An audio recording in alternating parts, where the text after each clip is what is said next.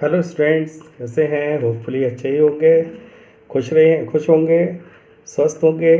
देखिए, मैं वीडियो 8 लेके फिर आपके सामने आ गया हूँ। आपने 7 वीडियो जो पुराने वीडियो है वो अच्छी तरीके से देख लिए होंगे, कर लिए होंगे और प्रैक्टिस आपकी चल रही होगी। एक्सरसाइज से रिलेटेड क्वेश्चंस कर रहे होंगे, एलिमेंट्री ट्रांसफॉर्मेशन के क्वेश्चंस आपने किए होंगे, डिटरमिनेंट्स के क्वेश्चंस किए होंगे। इंपॉर्टेंट क्वेश्चन है अपने एग्ज़ाम के पॉइंट ऑफ व्यू से।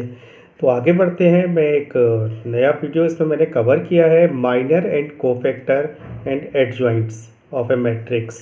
तो इससे रिलेटेड इसकी प्रॉपर्टीज़ हैं, इससे रिलेटेड थ्योरम्स हैं, इसको कैसे सॉल्व किया जाता है। और मैंने इसको कुछ फार्मूले भी इसमें लिखे हैं जो आपको ऑब्जेक्टिव टाइप के क्वेश्चन जो आगे आपको कराए जाएंगे उसमें वो फार्मूले यूज़ होंगे। तो इस वीडियो को ज़रा ध्यान से देखेगा। और मैंने थोड़ा सा बहुत डीपली करके इसको सिखाने की कोशिश की है और देखिए आपको कितना समझ में आता है। तो इससे रिलेटेड कोई भी क्वेरी हो तो कमेंट बॉक्स में बताइएगा, मुझे बता सकते हैं, डायरेक्टली भी बता सकते हैं। तो स्टूडेंट्स की डीपली स्टडी करिए और पेशेंस के साथ करिए, डिमोलाइज ना होइए, थिंक ऑलवेज पॉजिटिव। अगर आप पॉजिटिव सोचेंगे तो पॉजिटिविटी आपकी बनी रहेगी। जितना आप पॉजिटिव सोचेंगे उतना ही आपको ज़्यादा समझ में आएगा और जैसे जैसे आपको समझ में आता रहेगा आपका कॉन्फिडेंस लेवल उसी के अकॉर्डिंग इंक्रीज़ होता चला जाएगा। तो स्टूडेंट्स ध्यान रखिएगा और इस वीडियो को हमेशा सब्सक्राइब करते रहिएगा। और पुराने वीडियोस को जिन्होंने नहीं देखे हैं तो पहले उनको देखें, तो इस वीडियो को समझने में आपको आसानी होगी। तो आइए चलें नेक्स्ट वीडियो वॉल्यूम 8 के लिए चलते हैं। यस स्टूडेंट्स, आज हम बात करते हैं माइनर एंड कोफैक्टर। तो आपने पुराने वीडियोस अच्छी तरीके से देख लिए होंगे। तो इसके पहले इस टॉपिक से रिलेटेड मैट्रिक्स एंड डिटरमिनेंट से रिलेटेड आपके 7 वीडियोस आ चुके हैं। ये वीडियोस नंबर है 8।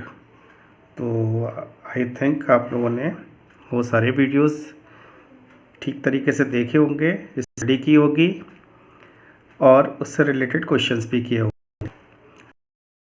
कर ली होगी। एलिमेंट्री ट्रांसफॉर्मेशन के होगी लेकिन कर लिए होंगे आपने। और डिटरमिनेंट्स के क्वेश्चंस हैं वो भी आपने कर लिए होंगे। तो स्टूडेंट्स नेक्स्ट टॉपिक के पर हम चलते हैं, वो है माइनर्स एंड कोफैक्टर। माइनर्स क्या होते हैं? देखिए, माइनर्स जो है, minor of an element of a determinant यहाँ पर ग्रेटर देन और इक्वल टू 2 है, is a determinant of order n minus. कहते हैं कि माइनर जो है हर एलिमेंट, जितने भी एलिमेंट किसी भी मैट्रिक्स में होंगे, यहाँ मैट्रिक्स की बात हो रही है तो कौन सी मैट्रिक्स है? माइनर्स जो डिफाइन है वो स्क्वायर मैट्रिक्स के लिए डिफाइन है।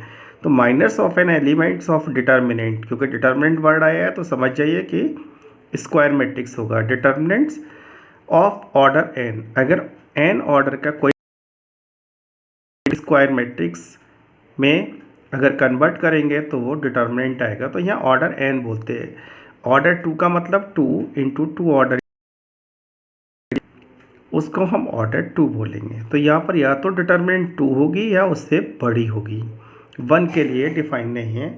Is a determinant of order n minus. Determinant करिए 3 ऑर्डर का कोई डिटरमिनेंट है, उसमें हमें निकालना है। जितने भी एलिमेंट्स अंदर होंगे उसके हर एलिमेंट्स का हम माइनर निकालेंगे। वो माइनर क्या होगी? जैसे ऑर्डर इसका 3 है तो 3 ऑर्डर से एक कम कर दीजिए, 2 ऑर्डर के डिटरमिनेंट्स बनेंगे, उनको हम सॉल्व करेंगे तो हमें माइनर्स मिल जाएंगे। कैसे मिलेंगे आगे डिस्कस करेंगे। It's denoted by MIJ। इसको डिनोट करते हैं हम MIJ से, minor IJ, ith row jth column. अब इस चीज़ को minor of an elements of a determinant of order n where n is greater than equal to 2 is a determinant of order 1। उतनी समझ ना आई हो, लेकिन जैसे ही मैं इस चीज़ को एग्जाम्पल से समझाऊंगा तो ये ऊपर वाली लैंग्वेज आपको क्लियर हो जाएगी। तो देखते हैं, एक एग्जाम्पल लिया है मैंने। तो कुछ लोगों को तो ये डायरेक्टली समझ आ जाता है लेकिन बहुत से लोगों को ये एग्जाम्पल से ज़्यादा क्लियर हो जाता है। तो जिनको एग्जाम्पल से क्लियर हो जाता है वो एग्जाम्पल देखिए। लिखा है find the minor of an element 6 in the determinant delta.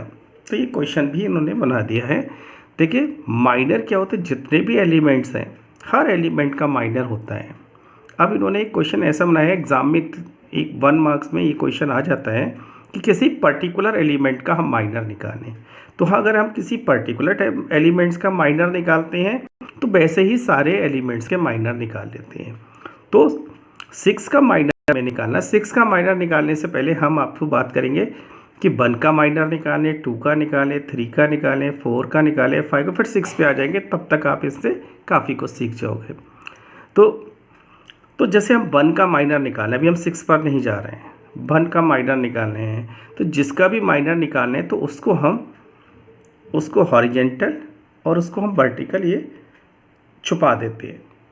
अब देखिए इसको थोड़ा सा प्रैक्टिस में अगर आपको आ गया होगा, क्योंकि आपने डिटरमिनेंट्स के काफ़ी क्वेश्चंस कर लिए होंगे। अगर डिटरमिनेंट्स के क्वेश्चंस को आपने किए होंगे तो ये आपको ये 1 को वर्टिकल और हॉरिजेंटल छुपा दीजिए।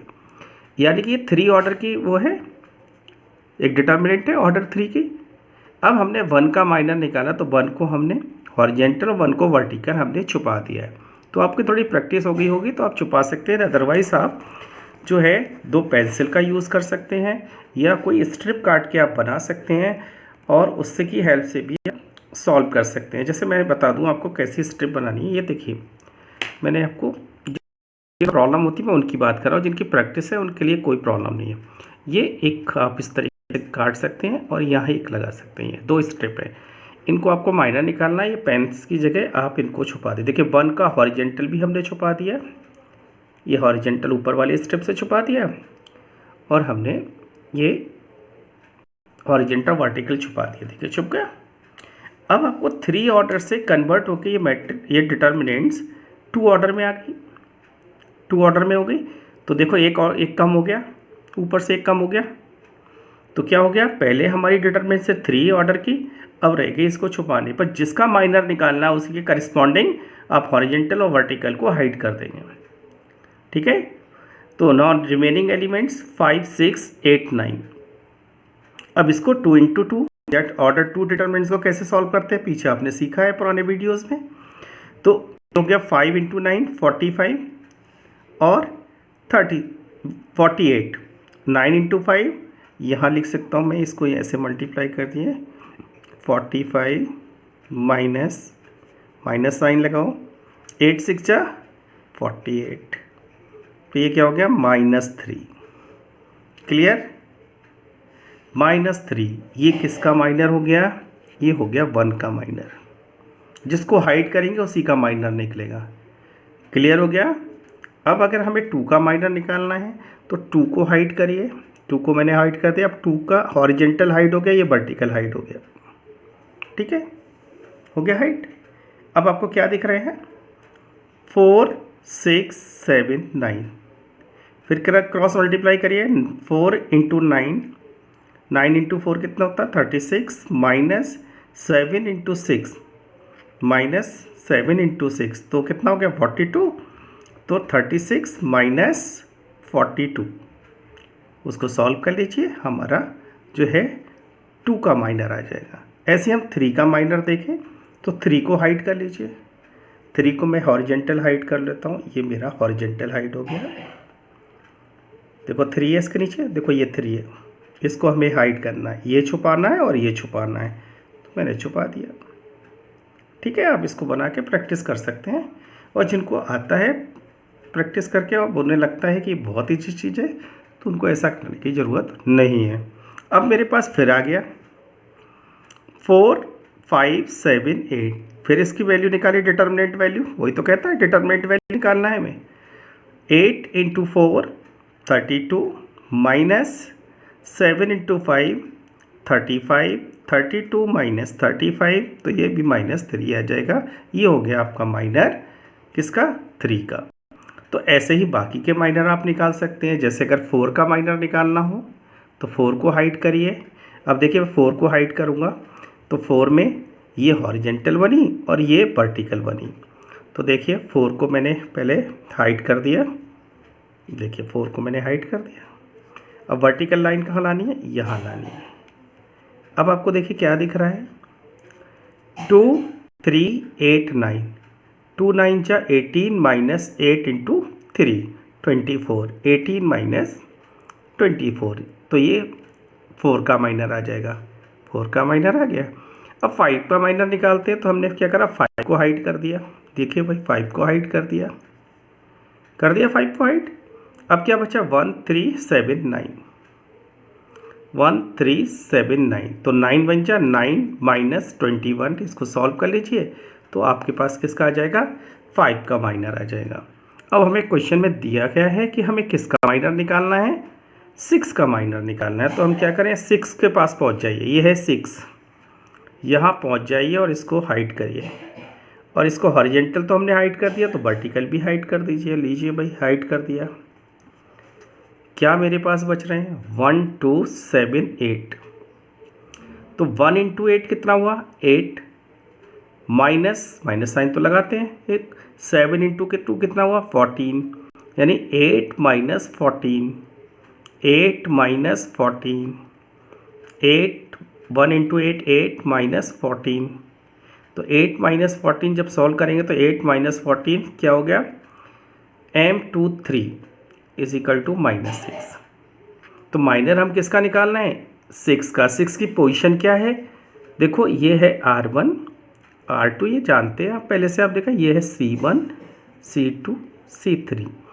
IJ का मतलब ith रो jth कॉलम, रो कौन सी है हमारे पास, 2, तो I हो गया 2, और कॉलम कौन सा है हमारे पास, 3, तो ये कौन सा 6 की पोजीशन क्या बनी, M23, कौन से हैं, second row third column, M23। तो कैसे निकाला था हमने, M23, इसको छुपाइए और बीच वालों को छुपा दीजिए, तो छुपाने पर ये 2 छुप जाएंगे, तो 1 इंटू 8, 8 माइनस 14, तो ये आ गया -6। ऐसे ही हम दूसरे एलिमेंट्स से माइनर्स निकाल सकते हैं। अगर वो कहता है कि सारे एलिमेंट्स के माइनर निकालो, तो हम सारे एलिमेंट्स के माइनर्स निकाल सकते हैं। क्लियर हो गया होगा स्टूडेंट्स, यस। अब देखिए माइनर जब हम पढ़ लेते हैं, तो माइनर से रिलेटेड एक चीज़ और होती है, इसका आगे बहुत यूज़ है, वो कहलाता है कोफैक्टर। कोफैक्टर माइनर्स को थोड़ा सा एक्सटेंड कर दीजिए, तो this is convert to cofactor.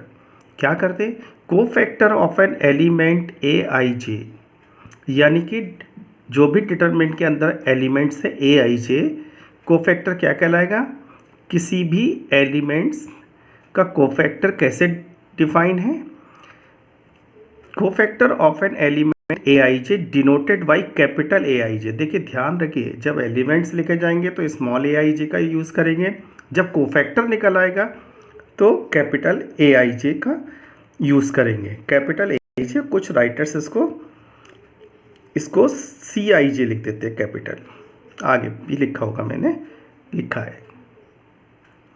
Capital CIJ is defined by AIJ is equal to -1 to the power I plus J into MIJ, यानी कि जो आपने माइनर ऊपर निकाला है MIJ, देखिए अब आ गया होगा आपको, जो आपने ऊपर एक ये MIJ था, अगर मैं इसे -1 की पावर इसी इंडिसेस को जोड़ दूं I प्लस J, इससे मल्टीप्लाई कर दूं, तो ये कोफैक्टर में कन्वर्ट हो जाएगा। तो कोफैक्टर कैसे बनेगा कि हम माइनर को AIJ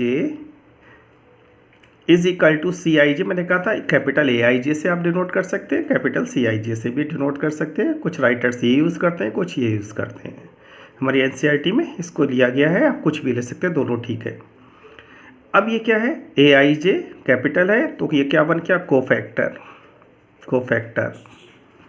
cofactor AIJ is equal to -1 की पावर I प्लस J, यानी जो इसकी पोजीशन है वो इसकी पावर में लगा दें किस, और इसे मल्टीप्लाई कर दें माइनर से, तो -1 की पावर I प्लस J को माइनर से मल्टीप्लाई कर दें, तो वो जो निकल के वैल्यू आएगी वो कोफैक्टर कहलाएगी। This is cofactor. Cofactor is defined as -1 to the power I plus J into MIJ, where MIJ is a minor of small AIJ। MIJ is a minor of small aij। Small aij क्या कहलाता है? हमारा element कहलाता है। This is the element. Clear हो गया होगा? ठीक है, अब देखते हैं निकालते कैसे हैं इसको। तो ये देखिए, या तो आप माइनर निकाल के उन्हें -1 की पावर i प्लस जे से मल्टीप्लाई कर दें, या मैं थोड़ा डायरेक्ट भी बता दूंगा। Find minors and cofactors of the elements of determinant. अब यहाँ पर क्या है? 2 ऑर्डर की डिटर्मिनेंट्स है। 2 ऑर्डर की डिटर्मिनेंट्स, तो इसको सॉल्व भी नहीं करना पड़ेगा कि जो भी इसके माइनर्स निकलेंगे वो सिंगल ऑर्डर में निकलेंगे। तो देखिए, सबसे पहले आपको ये तो पता होगा कि इसकी पोजीशन क्या है। A11, A12, A21, A21, A23। Clear? तो सबसे पहले हम निकालेंगे A11। किसका माइनर निकालेंगे? इसका। A11 इसका माइनर निकालेंगे। तो ये तो सिंपल है, इसको आप ऐसे छुपा दीजिए। देखिए क्लियर आ जाएगा। हमने A11 को छुपा दिया, उसके करस्पॉन्डिंग हॉरिजेंटल वर्टिकल लाइन को छुपा दिया, तो क्या दिख रहा है आपको? 3। तो माइनर क्या हो गया? M11 3 आ गया। क्लियर? 3 आ गया। अब आया A12। A12 कहाँ है हमारा? ये है, इसको छुपा दीजिए। लीजिए भाई, इसको छुपा देते हैं, करस्पॉन्डिंग छुपा दिया। क्या दिख रहा है आपको? 4 दिख रहा है। A12 क्या हो गया? 4 हो गया। ऐसे A21 को भाई इधर खिसका दो, इसको लीजिए, A21 हो गया। हमको क्या दिख? A21 ये आ गया। A21 कहाँ है? ये हो गया हमारा है A21। इसको आप छुपाइए, देखिए ध्यान से छुपाइए। अब आया, तो क्या दिख रहा है आपको? -2। जो भी एलिमेंट है उसको हॉरिजेंटल और वर्टिकली हम हाइड कर देते हैं। अब आया A22। A22 ये है, A22। इस 3 को ऐसे छुपाइए और ऐसे छुपाइए, तो आपको क्या दिख रहा है? 1 दिख रहा है। तो ये क्या हो गया? 1 आ गया। ये तो हो गए आपके माइनर्स। 4 एलिमेंट, 4 माइनर्स आ गए। हर एलिमेंट का माइनर होता है, ऐसे ही हर एलिमेंट का कोफैक्टर भी होता है। तो देखिए, अब कोफैक्टर कैसे है? जैसे यहाँ पर था, कोफैक्टर हो गया M11, किससे रिप्रेजेंट करेंगे? A11 से। तो -1 की पावर 1 + 1, यहाँ पर इंडिसेस क्या है? 1 और 1। आई फर्स्ट रो फर्स्ट कॉलम, ये पावर पे लगा दूँ, तो -1 की पावर 2 हो गया, तो ये प्लस हो गया, इनटू माइनर की वैल्यू कितनी आई है? 3 आई है, तो 3 से मल्टीप्लाई कर दिया, तो 3 हो गया। या आप डायरेक्ट कर सकते हैं, -1 की पावर लिख लीजिए, ये लिख लीजिए कोफैक्टर, -1 की पावर आई ये लगा दीजिए, और यहाँ से डायरेक्ट माइनर निकाल लीजिए। इसको छुपाइए, इसको दिखाइए, 3 आ गया। तो क्या हो गया? ये 3 हो गया। यहाँ पर माइनर और कोफैक्टर एक ही है, लेकिन ज़रूरी नहीं है हर एक में ऐसा हो। तो यहाँ याद कर लीजिए, -1 की पावर अगर इवन होता है तो वही वैल्यू होगी जो माइनर की है। अगर ये ऑड होती है तो माइनर का साइन बदल जाएगा। अगर माइनर पहले प्लस का आया है तो माइनस का हो जाएगा, माइनस का है तो प्लस का हो जाएगा। अब निकालते A12। तो -1 की पावर 1 + 2 ये हो गया, और ये कितना आया था? 4। तो -1 की पावर 1 + 2 कितना होता है? 3, जो कि ऑड है। ऑड है तो ये माइनस होगा, तो माइनस होगा तो माइनस, जब -4 से मल्टीप्लाई होगा तो -4 हो जाएगा। यानी पहले माइनर था +4, तो कोफैक्टर आया -4। क्यों? क्योंकि -1 की पावर यहाँ ऑड हो गया। अब आता है A21। तो -1 की पावर 2 + 1, फिर ऑड हो गया, तो एक माइनस तो ये हो गया, और इसकी वैल्यू कितनी है? -2। तो एक माइनस यहाँ मिला, एक माइनस यहाँ मिला, प्लस हो गया, +2 हो गया। A22 -1 की पावर 2 + 2 4 होता है, तो इसकी वैल्यू पॉजिटिव हो गई, इंटू यहाँ पर क्या है? 1 इंटू 1, दिस इज़ 1। तो ये these are minors and these are cofactors. और आपसे पूछा जाए what is the relation between minors and cofactor, तो you know the cofactor aij is equal to -1 to the power I plus j into mij, where mij is a minor of a given element या any element। ठीक है, किसी particular element का minor पूछ सकता है या सारे के पूछ सकता है। क्लियर? तो ये मुझे लगता है क्लियर हो गया होगा। एक बार देख लीजिए, आप ध्यान से देखिएगा। खुद प्रैक्टिस करिएगा। जब आप खुद करेंगे ना समझ के, तो आपका कॉन्फिडेंस लेवल बढ़ने लगेगा। जैसे ही आपका कॉन्फिडेंस लेवल बढ़ेगा तो आपको चीज़ें समझ में आने लगेंगी। घबराइए नहीं कि हम नहीं कर सकते हैं, आप ही को करना है, और सभी लोग इसको कर सकते हैं। जो थोड़ा डीपली स्टडी करना चाहते हैं वो इसको पूरे लेक्चर को ध्यान से सुनिएगा, स्किप ना करें और ध्यान से देखते रहें। कहीं कोई प्रॉब्लम है तो मुझे ज़रूर बताते हैं। आगे बढ़ते हैं। देखिए आगे हम बढ़ रहे हैं। अब आते हैं, इसमें कुछ प्रॉपर्टीज़ हैं जो 1 मार्क्स के क्वेश्चन आते हैं, उनमें ये बहुत इम्पॉर्टेंट रोल इनका होगा। अगर ये आपको याद रहे तो आपके जो 1 मार्क्स के क्वेश्चन है वो इजीली सॉल्व होते रहेंगे। तो क्या इससे एक प्रॉपर्टी है कि ये डेल्टा क्या है? Determinant value. किसी भी मैट्रिक्स की डिटर्मिनेंट वैल्यू आपको ने सीखा हुआ कैसे निकालते हैं। ये डेल्टा लिख लो, या डिटर्मिनेंट वैल्यू ऑफ ए से भी डेल्टा यानी डिटर्मिनेंट वैल्यू ऑफ ए कहते हैं, यानी कि डेट ए कहते हैं इसे। ठीक है, पहले से सीख गए हो, पुराने वीडियोस आपने देखे होंगे। वीडियो जरूर सीक्वेंस में देखिएगा। Sum of the product of elements of any row with their corresponding cofactors. अगर हम कोई भी हमें 3 × 3 ऑर्डर की अगर कोई हमें डिटर्मिनेंट्स दिया है तो उसको सॉल्व करना हमने नीचे सीखा था। किसी पर्टिकुलर रो या पर्टिकुलर कॉलम को हाइड करके इसकी डिटर्मिनेंट वैल्यू हम निकाल लेते थे। अब कहते हैं कि डिटर्मिनेंट वैल्यू निकालने का एक तरीका हमें और मिल गया। क्या मिल गया? कि अगर हम जैसे A11 ये एलिमेंट है, स्मॉल में लिखें ये एलिमेंट है, एलिमेंट, और ये क्या है? कोफैक्टर। कोफैक्टर यानी जिस एलिमेंट का हम कोफैक्टर निकाल रहे हैं, तो हमने A11 का कोफैक्टर निकाला, वो निकला कैपिटल A11। ठीक है, ऐसी A12 का कोफैक्टर निकाला, वो निकला A12 कैपिटल A12। ऐसे ही अगर हमने A13 का कोफैक्टर निकाला, वो आया A13। तो जिस एलिमेंट का हमने कोफैक्टर निकाला है उन एलिमेंट और कोफैक्टर को आपस में मल्टीप्लाई करिए। उनको मल्टीप्लाई करने के बाद उनको ऐड करिए, यानी A11 small A11 capital A11 इनको मल्टीप्लाई करा, plus small A12 capital A12 इन दोनों को मल्टीप्लाई करा, फिर ऐड कर दिया, इसमें ऐड कर दिया। फिर हमने थर्ड वाला लिया A13 कैपिटल A13 इन दोनों को मल्टीप्लाई करा, इसमें ऐड कर दिया। जब हमने इनको तीनों को ऐड कर दिया तो ये डिटर्मिनेंट की वैल्यू आ जाएगी। ये क्या आ जाएगी? डिटर्मिनेंट की वैल्यू आ जाएगी।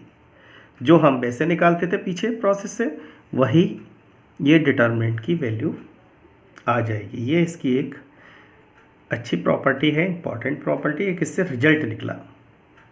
किससे? कोफैक्टर से। अब आप लोग सोच रहे हो क्या यही इंडिसेस आनी चाहिए? नो, मैंने आगे लिखा है where Aij is cofactor of Aij, similarly calculated other 5 base.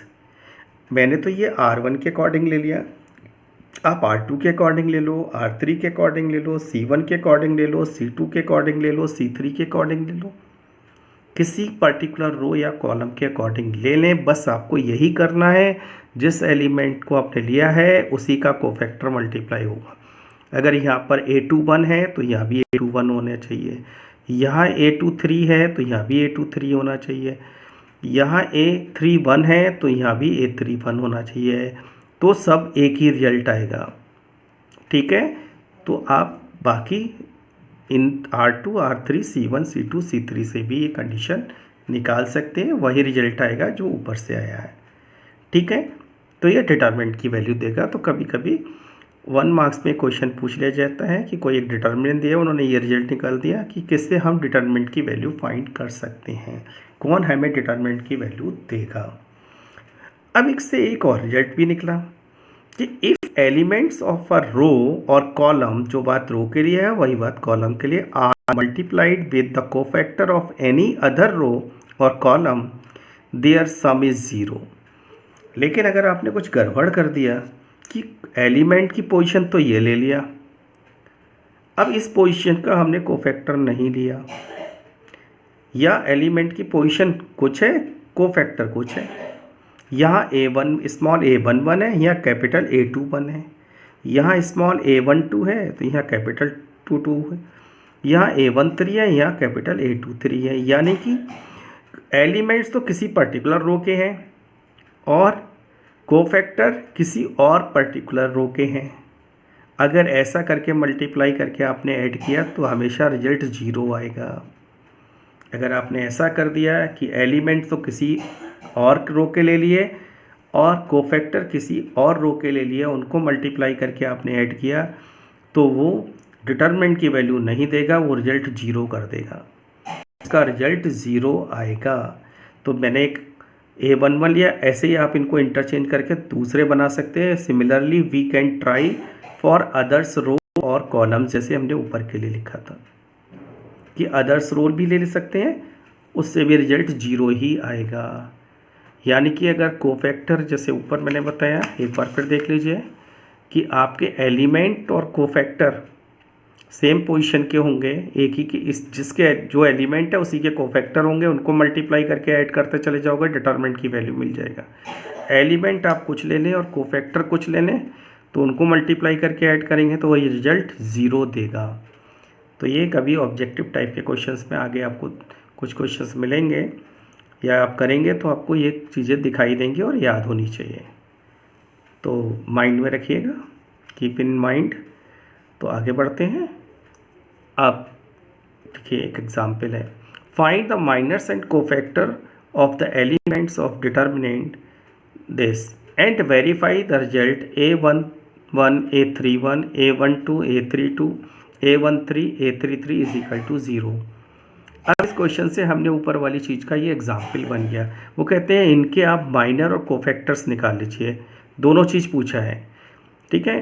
तो दोनों पहले आप माइनर्स निकाल लीजिए, उसको -1 की पावर i प्लस जैसे मल्टीप्लाई करते चले जाइए, आपके कोफैक्टर्स आ जाएंगे, ठीक है। कुछ लोग अल्टरनेट प्लस माइनस लगा लेते हैं, उससे भी रिजल्ट आ जाता है, लेकिन कभी कभी नए स्टूडेंट्स के लिए वो थोड़ा गलती होने के चांस रहते हैं, इसलिए जब प्रैक्टिस हो जाए तब ऐसा करिएगा। तो देखिए सबसे पहले हम माइनर्स निकालते हैं। माइनर्स निकालने का तरीका आपको मालूम है, 1 2 मैं बता देता हूँ, फिर उसके वजह से 2 का माइनर निकालना है। इसकी पोजीशन क्या है A11, तो इसको छुपाइए, इसको छुपाइए, तो क्या बना 0 × -7 दिस इज 0, 0 - 20, 0 - 20 क्या हो गया 0 - 20, तो ये क्या हो गया माइनर हो गया 0 - 20, दिस इज -20 या माइनस साइन रह गया है, दिस इज -20, क्लियर, ये हो गया -20। अब आगे आते हैं, अब इसको A12 को हाइड करिए, इसको हाइड करिए, इसको हाइड करिए, तो ये छुप गया। तो 6 × -7 -42, देखो -4 -4, तो ये हो गया -46। तो पीछे मैंने बता दिया था अभी कि कैसे माइनस निकालते हैं, हर एक एलिमेंट का आप माइनर निकालो, मैंने यहाँ निकाल के दिखा दी, ठीक है। देखिए इसको बाकी भी माइनर्स में दिखा देता हूँ, ठीक है। अब आप माइनर्स में कोफैक्टर्स में क्या होता है A11 -1 की पावर 1 + 1 कर दीजिए, क्योंकि इसकी पोजीशन क्या है 1 + 1, तो -1 की पावर 1 + 1 इंटू, और यहाँ पर रिजल्ट क्या है -20, तो यहाँ पर कर दीजिए इसको -20, ठीक है। अब देखिए -1 की पावर क्या हो गया 1 + 1 क्या हो गया 2 हो गया। 2 कैसा नंबर है, 2 एक कैसा है इवन नंबर है, और -1 की पावर अगर इवन नंबर होता है तो क्या होता है वो प्लस रहता है, तो ये तो हो गया प्लस और ये हो गया माइनस, तो ये आ गया -20, ये क्या आ गया -20, क्लियर, एनी प्रॉब्लम, -20। आगे बढ़ते हैं, ये आया A12, ये है A12 जिसका कोफैक्टर कैपिटल A12, -1 की पावर 1 + 2, 1 + 2 कितना हो गया 3, तो ये वैल्यू क्या हो गई माइनस हो गई। अब ये माइनर क्या निकाला हमने -46, तो -46, एक माइनस यहाँ आया, एक माइनस ये है, तो प्लस हो गया +46 आ गया। A13 -1 की पावर 1 + 3, तो ये इवन हो गया, इवन हो गया तो ये वैल्यू पॉजिटिव हो गई, तो इसमें जो माइनर की वैल्यू होगी वही हमारी वैल्यू हो जाएगी, ठीक है। -1 की पावर अगर इवन आती है तो जो माइनर होगा वही कोफैक्टर हो जाएगा, और अगर ऑड आती है तो माइनर का साइन अपोजिट हो जाएगा, बस इतना याद रखिए। तो इसको हमने एक इस तरीके से सारे निकाल लिए। ये रिलेशन होता है, ये capital A I J is equal to -1 की power I plus J into M I J, where M I J is a minor. Clear? तो ये पूरा निकला। अब इस रिजल्ट को वेरीफाई करते हैं। A11 क्या है? Small a11। स्मॉल a11 हमारे पास क्या है? देखो भाई, स्मॉल a11 है 2, तो यहाँ तो हो गया ये 2। A31 क्या है? A31 कहाँ है? यहाँ आ गए, दिख रहा है A31, देख लीजिए A31 ये आ गया। तो ये किसकी वैल्यू कितनी है? -12। तो 2 ये आ गया और -12 ये आ गया है, 2 इंटू -12। ठीक है। अब आया A12 कितना है? A12 -3 A32 कितना है? 22, ये है 22 इंटू 22 प्लस A13 कितना है? 5, लो भाई 5 हो गया। कैपिटल A33 ये कोफैक्टर है तो ये हो गया 18। तो देखिए सब लिख दिया, 2 इंटू -12 -3 इंटू 2 5 इंटू 18। ठीक है, ये सब लिख दिए। अब ये देखिए कैलकुलेट करके देखिए लेफ्ट हैंड साइड, तो ये क्या आएगा? 0 ही आएगा। ठीक है, आगे देखते हैं। पहले इसको आप एक बार देख लीजिए। कभी कभी ये 4 मार्क्स में इस टाइप का क्वेश्चन वेरीफाई करा लेते हैं, तो इसलिए ध्यान रखिएगा, इन क्वेश्चंस की प्रैक्टिस करिएगा। इससे आपको एक आइडिया मिल जाता है सॉल्व कैसे करें, और आपको जब ये कॉन्सेप्ट क्लियर, बेसिक कॉन्सेप्ट जब क्लियर होते जाएंगे तो आपकी कैलकुलेशन स्ट्रॉन्ग हो जाएगी।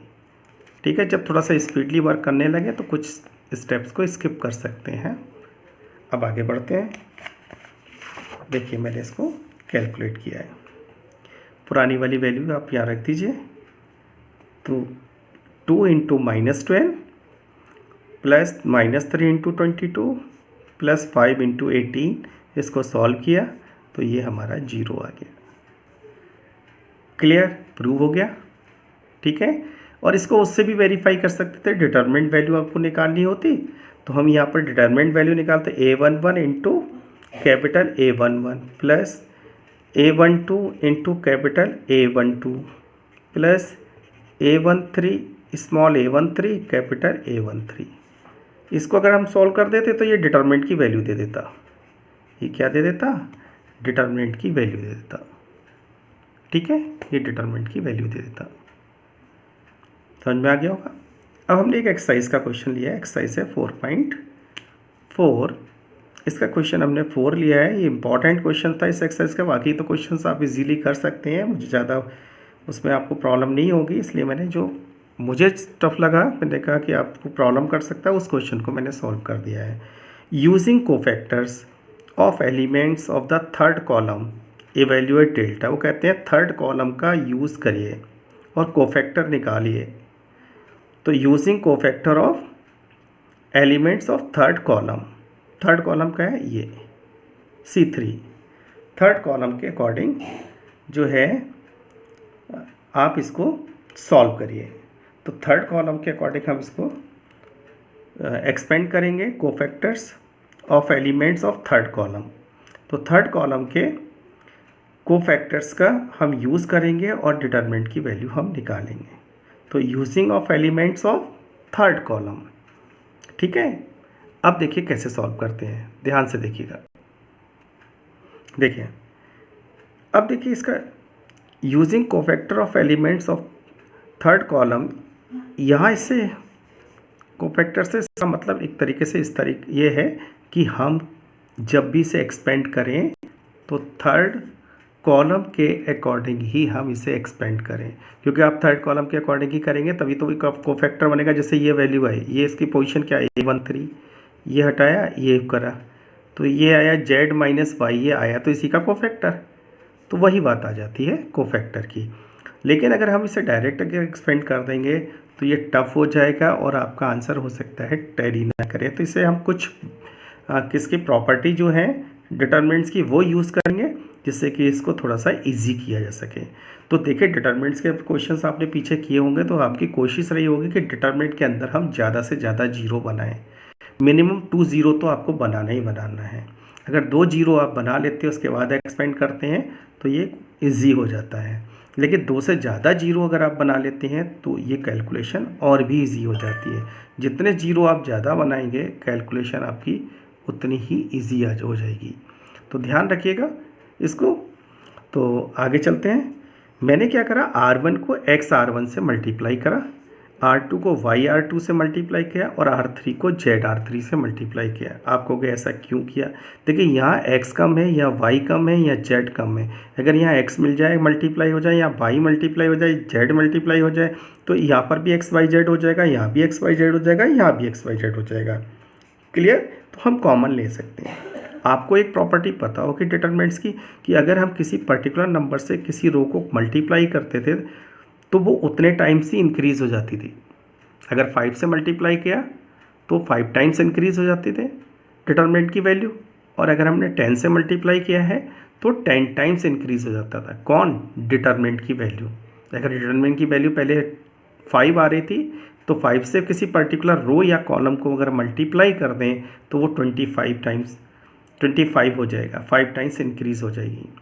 तो हमने x से मल्टीप्लाई करा R1 को, y से मल्टीप्लाई करा R2 को, और z से मल्टीप्लाई करा R3 से। जैसे मान लीजिए इसको 2 से करा, इसको 3 से करा, इसको 4 से करा, 4 × 3 12 × 2 24 से मल्टीप्लाई हो गया, तो 24 टाइम्स वो बढ़ जाएगी वैल्यू।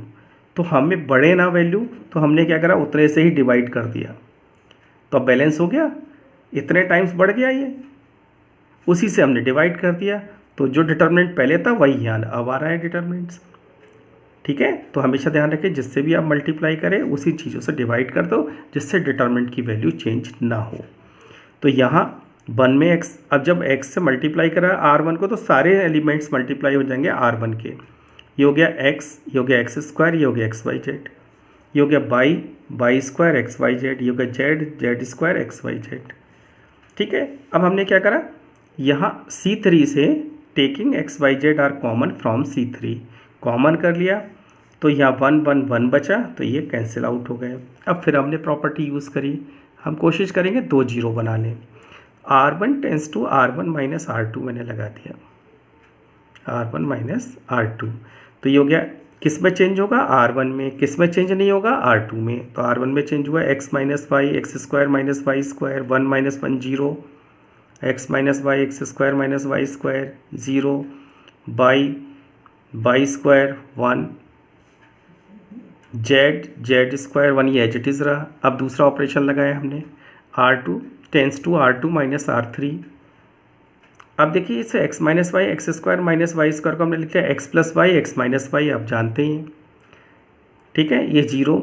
अब ये ऑपरेशन लगाया तो यहाँ भी y माइनस जेड होगा, और यहाँ आएगा y² माइनस z², इसको भी लिख लिया y minus Z y plus Z, ये हो गया 0।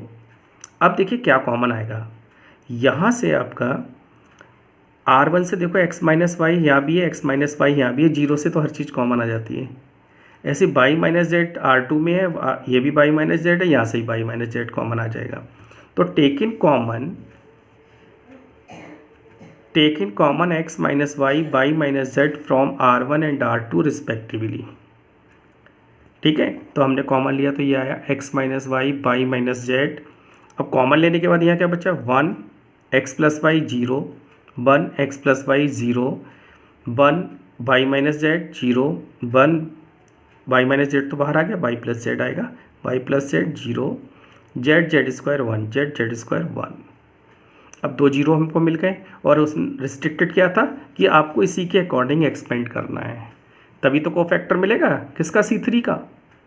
ठीक है? थर्ड कॉलम यही तो है, इसके अकॉर्डिंग एक्सपेंड कर दीजिए, तो इसी के कोफैक्टर इससे मल्टीप्लाई हो जाएंगे। तो देखिए 0 है, 0 से किसी को मल्टीप्लाई, जब भी 0 आए उनको छोड़ दीजिएगा, तो ये होता है प्लस, ये होता है माइनस, फिर आ गया प्लस।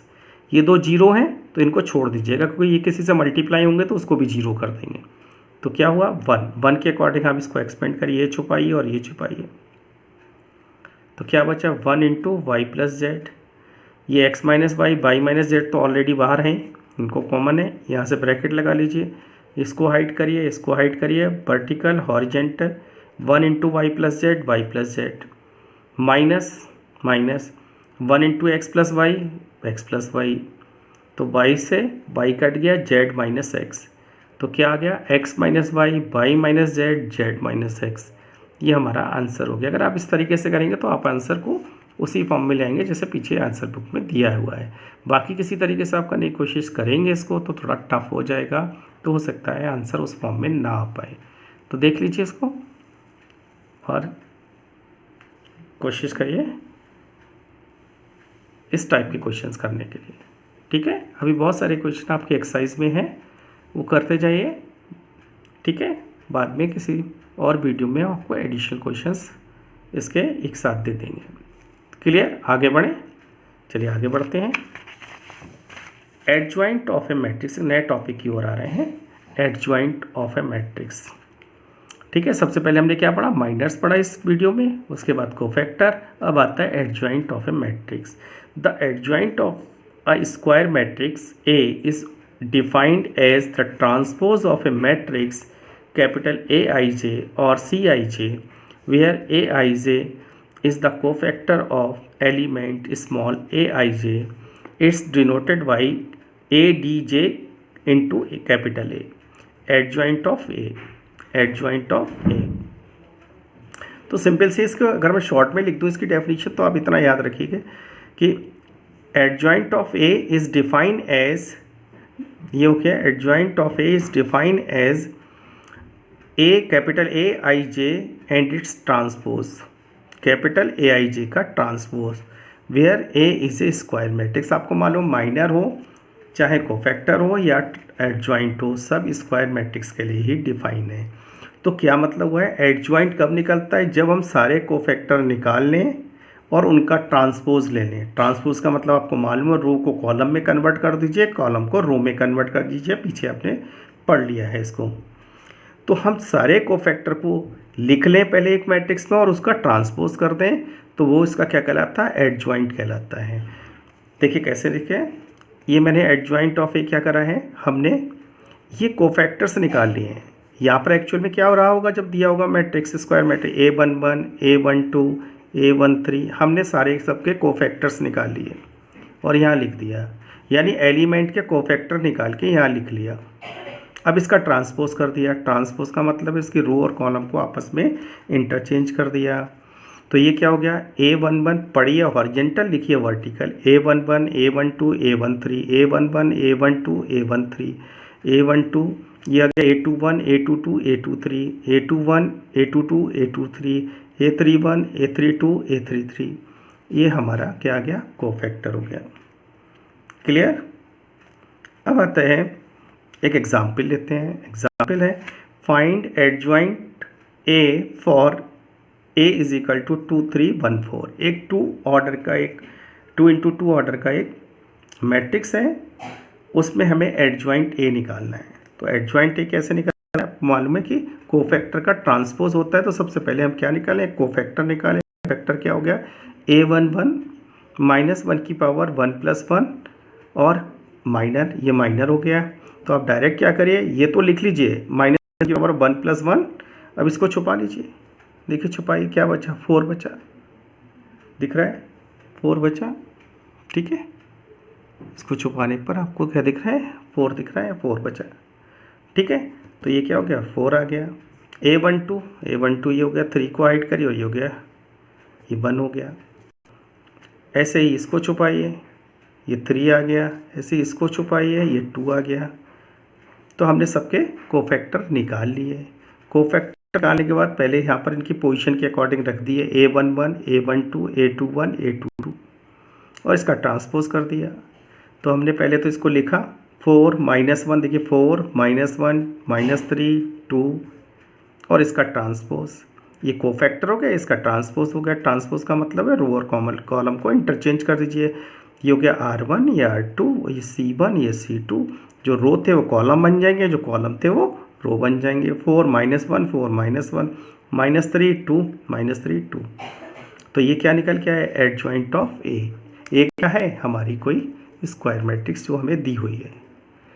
क्लियर। लेकिन 2 इंटू 2 ऑर्डर के लिए हम एक शॉर्टकट भी है, उसका भी यूज़ कर सकते हैं। देखिए कैसे कर सकते हैं, और लगा दिया है मैंने। कैसे इसको करेंगे, एडजॉइंट ऑफ ए, पहले इनके एलिमेंट्स की पोजीशन जैसे ये दिया हुआ है A11 A12 A21 A22, मैंने यहाँ लिख दिया इनकी position A11 A12 A21 A22, ठीक है। अब मैंने यहाँ लिखा PS, इसको याद रखिए। आप इसको याद ऐसे भी रख सकते हैं, P चाहे तो मेरा ही नाम याद रख लीजिए पंकज, S फॉर सर लिख लीजिए, पंकज सर, मेरा ही नाम याद कर लीजिए तो याद रहेगा पंकज सर। तो P और S, तो इससे तो ये P और S लिखना है, ये याद रहा है मेरे नाम से। अब आपका P का मतलब यहाँ एक्चुअल में है क्या, पोजीशन इंटरचेंज, यानी कि इन दोनों को उठा के इंटरचेंज कर दीजिए, ये यहाँ पहुँच जाए, ये यहाँ पहुँच जाए, इंटरचेंज हो जाए, पोजीशन इंटरचेंज। S क्या है, कह रहा है साइन चेंज, यानी इनके साइन चेंज हो, बाहर जो भी साइन है इनके, कुछ नहीं है तो प्लस माना जाएगा, तो इनके चेंज कर दो। ये प्लस है, ये माइनस है, तो इंटरचेंज कर दिए, इसको माइनस कर दो, इसको प्लस कर दीजिए। ये पोजीशन को चेंज कर दीजिए, यहाँ साइन चेंज कर दीजिए। देखिए मैंने कैसे करा है। अब देखिए ये हमारा एग्जाम्पल था, देखिए ऊपर क्या था 2 3 1 4, 2 3 1 4 मैंने लिख दिया है। अब कहा था P क्या करेगा, पोजीशन को चेंज करेगा, 4 2 की जगह चला जाएगा, 2 4 की जगह चला जाएगा। देखो आ गए 2 4 की जगह आ गया, और ये देखिए पोजीशन चेंज, 2 और 4 इंटरचेंज हो जाएंगे, 2 4 की जगह पर आ जाएगा और 4 2 की जगह पर आ जाएगा, ठीक है। तो 4 यहाँ पहुँचेगा, 2 4 की जगह पर आ जाएगा। तो देखिए 2 replace by 4 and 4 replace by 2, ठीक है, 2 रिप्लेस बाई 4 4 रिप्लेस बाई 2, तो ये अपनी पोजीशन को चेंज करके यहाँ आ गए। अब इधर क्या होना था, साइन चेंज होना था। दोनों कैसे हैं, प्लस के ही हैं, तो दोनों के साइन चेंज कर दो, पोजीशन नहीं चेंज करना, केवल साइन चेंज करना है। ये बैठे तो अपने घर में रहेंगे, लेकिन इनके साइन चेंज हो जाएगा। तो यहाँ प्लस था पहले, तो अब क्या हो गया, माइनस हो गया। यहाँ क्या था, प्लस था, तो अब क्या हो गया, माइनस। तो आप देख लीजिए ये एडजॉइंट मैंने ऐसे निकाला और आपने ऊपर ऐसे भी निकाला, एडजॉइंट दोनों सेम आए, देख लीजिए 4 -3 -1। लेकिन एक बात ध्यान रखिएगा, ये केवल 2 इंटू 2 के लिए ही वैलिड है और किसी के लिए वैलिड नहीं है। 2 इंटू 2 का ऐसा अगर कभी आ जाए, या 2 ऑर्डर ऑफ 2 बोलें या 2 इंटू 2 बोलें, की बात है, तो उसमें हम केवल इसका यूज़ कर सकते हैं, ठीक है, PS से, ठीक है। तो यहाँ मैंने लिख दिया, this is valid only order 2 matrix, that is square matrix of order 2। Clear हो गया होगा आपको, देख लीजिए एक बार, कहीं कुछ छूट गया हो, फ्रेम में ना आ पाया हो तो दोबारा से देख लीजिए, और इसको डीपली देखिए, और इसको सब्सक्राइब जरूर करिएगा। सब्सक्राइब करने से क्या होगा, जब आगे के वीडियो हम आपको भेजेंगे तो आपको तुरंत पता लग जाएगा कि नया वीडियो आ गया है। तो ध्यान रखिएगा, सब्सक्राइब करते जाइए और उसको लाइक भी करने की कोशिश करिए। अगर आपको ठीक लगता है तो लाइक भी करिएगा। कोई प्रॉब्लम है, कोई अगर लगता है कि हाँ कुछ कमी रह गई, तो मुझे कमेंट बॉक्स में लिख के बताइए कि आगे मैं उसको दूर कर सकूं। जब तक आप बताएंगे नहीं तो शायद वो प्रॉब्लम रिमूव ना हो पाए। चलिए आगे बढ़ते हैं।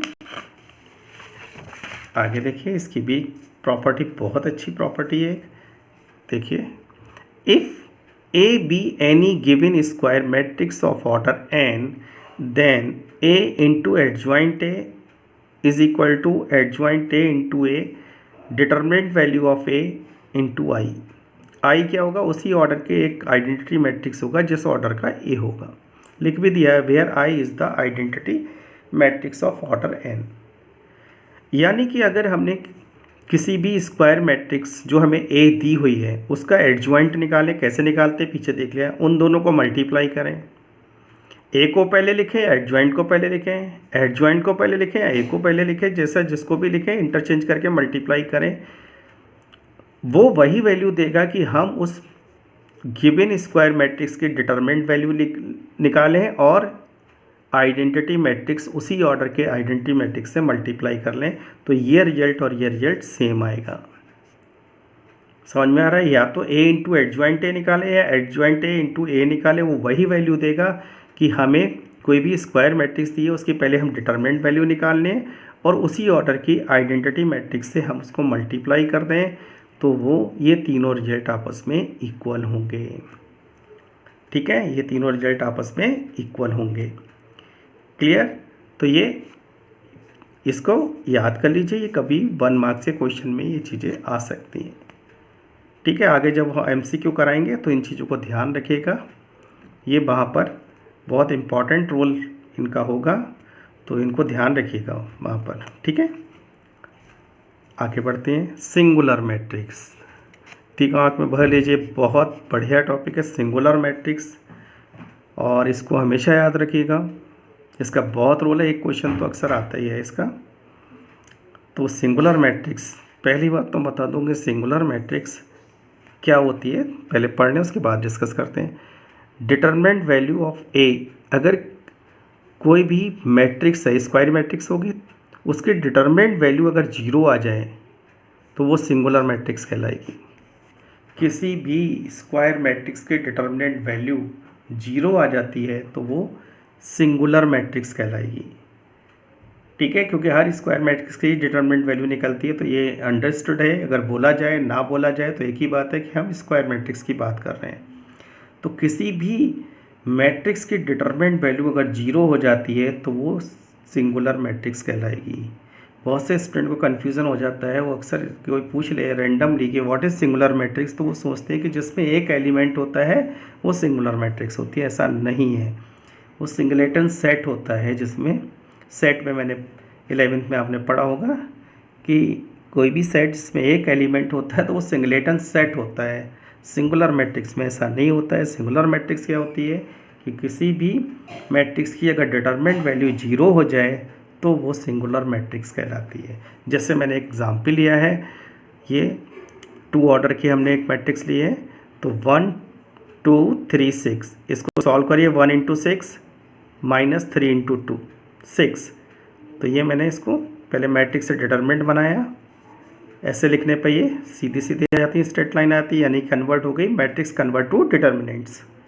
Now 6 minus 6 is equal to 0, result 0 हो गया, तो हम क्या कहेंगे, A is a singular matrix.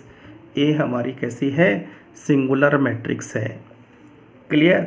अगर हमारी कोई भी मैट्रिक्स की डिटरमिनेंट वैल्यू 0 नहीं आ रही है तो हम कहेंगे A is non singular matrix. एक ऐसी हमारी नॉन सिंगुलर मैट्रिक्स है। तो 2 चीज़ें ध्यान रखिए, सिंगुलर और नॉन सिंगुलर मैट्रिक्स। इनसे रिलेटेड इनकी कुछ थ्योरम्स वगैरह भी हैं, इनको डायरेक्ट आप लर्न कर लीजिए। If capital A and capital V are non singular matrix of the same order, then A B and B A are also non singular matrices of the same order. अगर कोई भी हमारी 2 matrices ए और B non singular है, यानी उनकी determinant value 0 नहीं आ रही है, ठीक है, सेम ऑर्डर के हैं, 2 है तो 2a भी है, 3 है तो 3 है, देन ए बी और A B and B A are also non singular. अगर इन दोनों को मल्टीप्लाई कर लिया जाए सेम ऑर्डर के तो मल्टीप्लिकेशन पॉसिबल होगा, चाहे ए बी निकालें या बी ए निकालें। तो सेम ऑर्डर की जो है स्क्वायर मैट्रिक्स है, तो ए बी निकालें या बी ए निकालें तो ये भी नॉन सिंगुलर ही आएंगी उसी ऑर्डर की। ठीक है, यानी ए बी की डिटरमिनेंट वैल्यू अगर हम अलग अलग इनकी डिटरमिनेंट वैल्यू निकाल लें, ये अलग थ्योरम है, इसको ध्यान रखिएगा कि अगर हम ए बी यानी पहले दोनों मैट्रिसेस को मल्टीप्लाई करके उसकी डिटरमिनेंट वैल्यू निकालें या उसके इंडिविजुअल डिटरमिनेंट वैल्यू निकाल के मल्टीप्लाई करें, दोनों रिजल्ट सेम आएगा। Where A and B are square matrices of same order. Clear? आगे बढ़ते हैं। A square matrix A of order n, then adjoint A and its determinant value is equal to determinant value of A n minus 1। ये result important result है, इसको याद रखिए।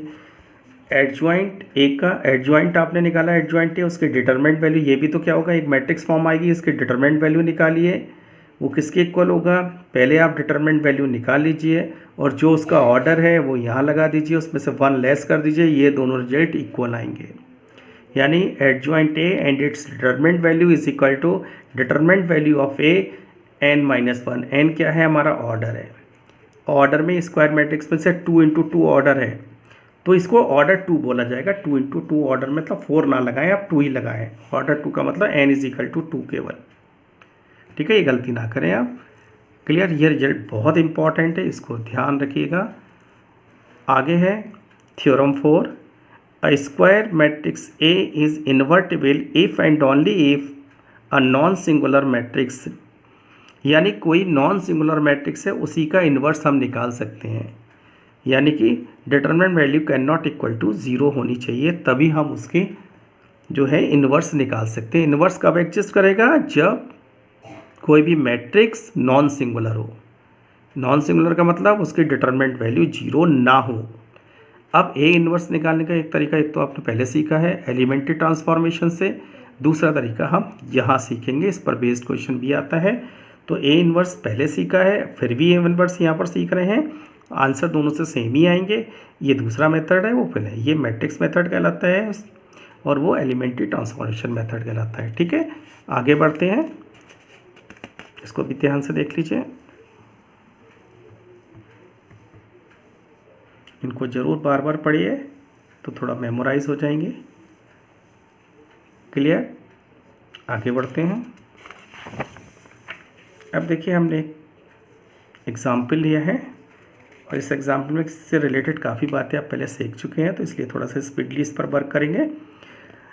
ए हमें दिया हुआ है एक 3 ऑर्डर का स्क्वायर मैट्रिक्स दिया है, 3 इंटू 3 ऑर्डर का, तो 1 3 3 1 4 3 1 3 4, then verify A into adjoint A is equal to mod of A into I. Mod of A का मतलब determinant value of A into I. तो पहले पुराना वाला रिजल्ट हम इसे वेरीफाई करा रहे हैं। उन्होंने कहा also find A inverse, A inverse भी आप निकालिएगा। तो ठीक है, देखते हैं। तो सबसे पहले हम क्या निकालते हैं? एडजॉइंट ऑफ ए निकालते हैं। एडजॉइंट ए कैसे डिफाइन है? कोफैक्टर का ट्रांसपोज। कोफैक्टर निकालना आपको आ गए हैं, इसको आप देख लीजिए, कोफैक्टर निकालना आपको आ गया है। हमने सारे कोफैक्टर्स यहाँ निकाल के यहाँ लगा दिए। ठीक है, पहले तो लिख लिए, फिर इसका ट्रांसपोज कर दिया, यानी ये पहले रो थे अब ये कॉलम बन गए। ठीक है, तो इसका हमने ट्रांसपोज कर दिया। क्लियर, तो ये आपने निकालना पहले सीख लिया है, इसलिए मैं इस पर ज़्यादा डिस्कस नहीं करेंगे, आगे बढ़ते हैं। अब हमने लेफ्ट हैंड साइड लिया ए इंटू एडजॉइंट ए। ए हमने ये लिख दिया और एडजॉइंट ए हमने अभी अभी निकाला है, ये हमने लिखा। इन दोनों को मल्टीप्लाई करा, मल्टीप्लाई करना भी आप सीख चुके हैं, इसको और इसको multiply 1 into 3 plus 3 into -1 plus 3 into -1, ये हॉरिजेंटल बढ़ेगा, ये वर्टिकल डाउन ट्रेंड में बढ़ेगा, करस्पॉन्डिंग मल्टीप्लाई होता है। पीछे आपने वीडियोस में ये सब सीख लिया है। तो हमने ये मल्टीप्लाई कर लिया, इसको मल्टीप्लाई कर लिया। देखिए मल्टीप्लाई करके सॉल्व करने के बाद ये देखिए इस टाइप के आ गया है। यहाँ तो देखिए ये खुद आइडेंटिटी मैट्रिक्स बन के निकल के आ गया है। आप आगे देखेंगे कुछ क्वेश्चंस करेंगे तो यहाँ जो वैल्यू होगी वो सेम आएगी। यहाँ 1 1 आ गया है, ये पर्टिकुलर केस है। अगर यहाँ 5 आएगा तो ये 5 5 5 आएगा, यहाँ 10 आएगा तो 10 10 ही आएंगे। यहाँ 1 आया है तो इसका मतलब है इसके डिटरमिनेंट वैल्यू जो है हमारी 1 होगी, इसलिए ये चेक कर लीजिए। इसका डिटरमिनेंट वैल्यू अभी हम निकालते हैं। देखिए अब इस चीज़ को हम कैसे लिख सकते हैं? अब ये देखो आइडेंटिटी मैट्रिक्स बनना है, दिख रहा है आइडेंटिटी मैट्रिक्स, तो ये आइडेंटिटी मैट्रिक्स तो हमें मिल गया। अब हमें क्या चाहिए? डिटरमिनेंट वैल्यू ऑफ ए। तो डिटरमिनेंट वैल्यू ऑफ ए क्या है? इसको मैं 1 से मल्टीप्लाई कर दूँ, कोई फ़र्क पड़ेगा? नहीं पड़ेगा। तो क्या हो गया? यही हमारा ये बन गया। अगर यहाँ पर 5 होता तो 5 को हम बाहर निकाल लेते तो 5 बन जाता ये। तो ध्यान रखिएगा मैट्रिक्स से कोई चीज़ कॉमन लेंगे तो सारी से कॉमन होगा, डिटरमिनेंट से कॉमन लेंगे तो पर्टिकुलर रो या पर्टिकुलर कॉलम से ही कॉमन होगा। ये बात ध्यान रखिए, कन्फ्यूज़न मत रहिएगा। डिटरमिनेंट से कोई चीज़ हम कॉमन लेंगे, या मान लीजिए 1 मैंने यहाँ से कॉमन ले लिया तो सारे एलिमेंट से 1 कॉमन आ गया, 1 यहाँ से कॉमन आ गया, 1 यहाँ से कॉमन आ गया, 1 यहाँ से कॉमन आ गया, 1। लेकिन अगर हम डिटरमिनेंट से कोई चीज़ कॉमन लेते हैं तो पर्टिकुलर रो या पर्टिकुलर कॉलम से ही कॉमन लेते हैं, ये ध्यान रखिएगा। अब 1 क्या हो गया? हमारा डिटरमिनेंट वैल्यू ऑफ ए हो गई। अब आप निकाल के देख लीजिए इसकी डिटरमिनेंट वैल्यू। डिटरमिनेंट वैल्यू इसके निकाल के देखिएगा, वो क्या आएगी? 1 आएगी। देखो मैंने यहाँ निकाला इसको, इसको मैंने निकाला है, सॉल्व किया। 1 16 माइनस 9 माइनस 3 4 माइनस 3 3 3 माइनस को सॉल्व किया, ये 1 ही आया। तो ये वेरीफाई हो गया। Determinant value of A into I, left hand side हमारी ये थी और राइट हैंड साइड हमारी ये आ गई, तो ये वेरीफाई हो गया। देख लीजिए वेरीफाई हो गया। आपने कैलकुलेशन वगैरह पीछे सीख ली है, इसलिए इस पर टाइम वेस्ट नहीं कर रहे हैं। फिर भी कोई चीज़ क्लियर ना हो तो आप पूछ लीजिएगा। आगे बढ़ते हैं। देखिए हाँ, उस पार्ट में एक चीज़ रह गई थी कि हमें इन्वर्स निकालना है। Find A inverse. A inverse is equal to हो गया 1 ऑफ मॉड ए या determinant value of A into adjoint of A where mod A can not equal to 0।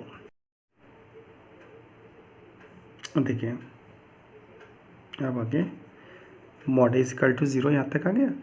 अब देखिए एक मैंने एग्जाम्पल लिया है। Show that the matrices A 2 3 1 2 satisfy the equation A square minus 4a plus 1 plus I is identity matrix is equal to O, मतलब null matrix, where I is 2 into 2 identity matrix and O is 2 into 2 zero matrix. Using this equation find A inverse. हमें इसकी help से ही A inverse निकालना है। तो देखिए students, पुराने videos में आपने ये सॉल्व करना सीख लिया था, शायद मेरे वॉल्यूम 2 या 3 में ये चीज़ मैंने सिखाई थी जब मैंने मल्टीप्लिकेशन सिखाया था मैट्रिसेस का, तो वहाँ पर भी इस टाइप के क्वेश्चंस आए थे। तो ये चीज़ आपने सीख लिया था, इसको वेरीफाई करना सीख लिया था। तो हम यहाँ वेरीफाई इसको नहीं करते हैं, उस वीडियो में आप देख लीजिएगा, मेरे नाम से सर्च कर लीजिएगा। जिन लोगों ने वीडियो नहीं देखा है वो, तो वहाँ आपको ये मिल जाएगा, इस टाइप के क्वेश्चंस मिल जाएंगे। तो मैंने लिख दिया है solve in previous video DYS या डी योर सेल्फ। अब हम निकालेंगे इसकी हेल्प से इन्वर्स कैसे निकालें।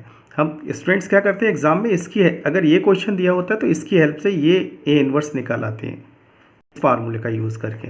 लेकिन इनके केस में हमें ए इन्वर्स इसी की हेल्प से निकालना है। इसकी हेल्प से कैसे करते हैं ये देख लीजिएगा। इसका सेकेंड पार्ट में निकालता हूँ। ए स्क्वायर को मैंने कैसे लिख लिया, ए स्क्वायर ए इंटू ए माइनस 4a और आई को ट्रांसफ़र कर दिया इधर, ये मैंने वेरीफाई कर लिया है।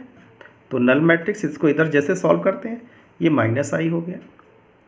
अब आपको क्या है, हमने मल्टीप्लाई कर दिया ए इन्वर्स से, दोनों तरफ मल्टीप्लाई कर दिया ए इन्वर्स से, ठीक है। बाद में मैंने इधर भी बाद में करा है तो इधर भी मैंने कर दिया है। तो जैसे मैंने ए इन्वर्स को मल्टीप्लाई किया बोथ साइड, तो ए इंटू ए इन्वर्स, ये याद रखिए ए इन्वर्स आई होता है। तो ये वाला पोर्शन हमारा आई बन गया, ये भी ए इन्वर्स आई बन गया। आई इंटू ए इन्वर्स, ये मैंने यहाँ लिख दिया, ये ए इन्वर्स होता है, ये माइनस ए इन्वर्स बन गया, ठीक है। तो ए इन्वर्स हमारे पास क्या चाहिए, ए इन्वर्स, ये माइनस का हो रहा है तो इसे इधर हम माइनस को इधर ट्रांसफ़र कर दीजिए। तो माइनस को इधर ट्रांसफ़र कर दिया तो ये हो गया 4i माइनस ए इन्वर्स। यानी कि ए इन्वर्स यहाँ पर कैसे निकाला जा सकता है, आइडेंटिटी मैट्रिक्स को 4 से मल्टीप्लाई करिए, उसमें से ए को माइनस कर दीजिए, जो मैट्रिक्स आएगी वही इन्वर्स आएगी, वही इन्वर्स आएगी। आप ऊपर वाले मेथड से भी निकाल देखेंगे तो वही आंसर आएगा, लेकिन इसको करना इसी तरीके से है। तो क्या कैसे करें एक बार फिर बता देता हूँ। मैंने ए इन्वर्स से बोथ साइड मल्टीप्लाई कर दिया, यहाँ भी कर दिया, यहाँ भी कर दिया, यहाँ भी कर दिया। ए इन्वर्स आई होता है, ये प्रॉपर्टी होती है, और आई into A inverse, I into A inverse भी ए इन्वर्स होता है, ए इंटू आई ए होता है, ये पहले भी बताया है। किसी भी मैट्रिक्स को उसके आइडेंटिटी मैट्रिक्स से अगर मल्टीप्लाई करते हैं दोनों स्क्वायर होंगे, यहाँ स्क्वायर मैट्रिक्स की ही बात हो रही है, तो हमेशा ए आएगा। तो क्या हुआ, ए इंटू ये बना पहले तो आई, ए इन्वर्स आई होता है, ए इन्वर्स आई होता है, ए इन्वर्स ए भी आई होता है, ठीक है। इनको अगर इंटरचेंज कर दो तो भी आई आएगा। तो ये आ गया आई, ये minus 4i is equal to minus A inverse. Clear. अब माइनस को इधर ट्रांसफर कर दिया, ए माइनस 4i था तो वो हो गया 4i माइनस ए इन्वर्स। अब ए इन्वर्स निकालना कितना आसान हो गया कि आइडेंटिटी मैट्रिक्स कितने ऑर्डर की, 2 ऑर्डर की, मैंने ये बना ली 1 0 0 1, इसको 4 से मल्टीप्लाई कर दीजिए, माइनस ए हमें गिवन है 2 3 1 2, putting here, now multiply 4 तो ये मैट्रिक्स है तो हर एलिमेंट मल्टीप्लाई होगा, 4 इंटू 1 4 0 0 4, ये बन गया ये वाला पोर्शन, ये सॉल्व हो गया। इसको करस्पॉन्डिंग एलिमेंट सब्सट्रैक्ट कर दीजिए जैसे पुराने वीडियो में बताया है। 4 माइनस 2 2, 0 माइनस 3 0 माइनस 1 4 माइनस 2 2। तो ये हमारा जो बना वो क्या निकल के आ गया, इसको सॉल्व करा, ए इनवर्स हमारा निकल आया, ए इनवर्स हमारा निकल आया। स्टूडेंट आपके लिए DYS में एक्सरसाइज 4.5 है, तो 4.5 को आप करिएगा, सॉल्व करिएगा, एग्जाम्पल करिएगा, प्रैक्टिस करिएगा। और अगर कहीं कोई प्रॉब्लम है, नहीं समझ में आ रहा है, कोई चीज़ स्किप हो गई है या कुछ कन्फ्यूज़न है तो मुझे बताइएगा, वो प्रॉब्लम आपकी सॉल्व की जाएगी। पेशेंस के साथ ज़रूर देखिएगा वीडियो, नर्वस नहीं होइएगा, खुश रहिएगा, हंसते रहिए, स्वस्थ रहिए। Bye bye.